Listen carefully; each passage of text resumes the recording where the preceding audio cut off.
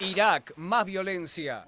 Contraofensiva de los kurdos para desalojar a los yihadistas de Estado Islámico que quieren instalar un califato. Drama humanitario para miles de personas que huyen a las montañas. Estados Unidos, protesta. La muerte de un adolescente negro desarmado a manos de la policía genera gran tensión y saqueos. Japón, tifón. Halong dejó por lo menos 10 muertos e inundaciones por la lluvia. Casi 1000 vuelos fueron cancelados. Estados Unidos, pánico. Una falla en la montaña rusa Six Flags de Maryland mantuvo 24 personas atrapadas a máxima altura durante horas. Italia, activo.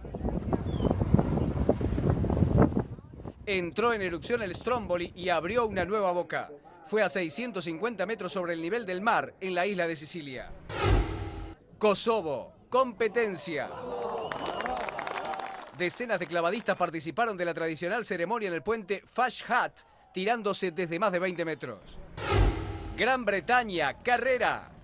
Pero en lugar de autos fueron cortadoras de césped. Dura competencia entre 34 equipos y más de 12 horas en West Sussex.